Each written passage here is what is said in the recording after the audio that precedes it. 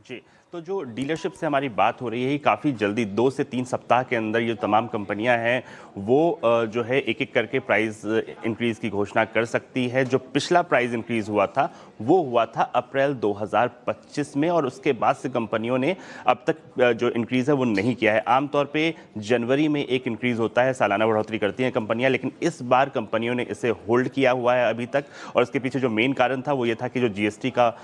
2.0 के बाद से जो मोमेंटम बना हुआ था वो उसे बरकरार रखना चाहती थी, लेकिन पिछले कुछ समय में मेटल की कीमतों में बेतहाशा वृद्धि हुई है, कॉपर में, एल्युमिनियम में, प्लैटिनम में, जो प्रेशियस मेटल है उसमें, और अब कंपनियों के मार्जिन पे इसका प्रेशर पड़ रहा है। और इसलिए जो हमारी डीलरशिप से बात हुई है, अलग अलग डीलरशिप्स को जो संकेत दिए हैं कंपनियों ने, उनके मुताबिक अगले 2-3 सप्ताह के अंदर, मार्च के पहले या दूसरे सप्ताह में कंपनियां घोषणा कर सकती हैं कीमतों में बढ़ोतरी की। कितनी कीमतें बढ़ेंगी? तो 2 से 4% के बीच कीमतें बढ़ सकती हैं, इस बात की संभावना है। इस बारे में हमने जो तमाम कंपनियां हैं उनसे भी बात करने की कोशिश की, मारुति सुजुकी, टाटा मोटर्स, महिंद्रा, तो जो सबने ये माना कि प्रेशर तो बढ़ रहा है, हालांकि कोई एग्जैक्ट डेट नहीं दी कि इस डेट से हम बढ़ा रहे हैं, लेकिन जैसे टाटा मोटर्स का कहना था कि जो कमोडिटीज़ की कीमतें बढ़ रही हैं उसका प्रेशर बढ़ रहा है, मारुति सुजुकी का कहना था कि वो नज़र बनाए रखे हैं और प्राइजेस को रिव्यू कर रहे हैं। तो उम्मीद कर सकते हैं कि अगले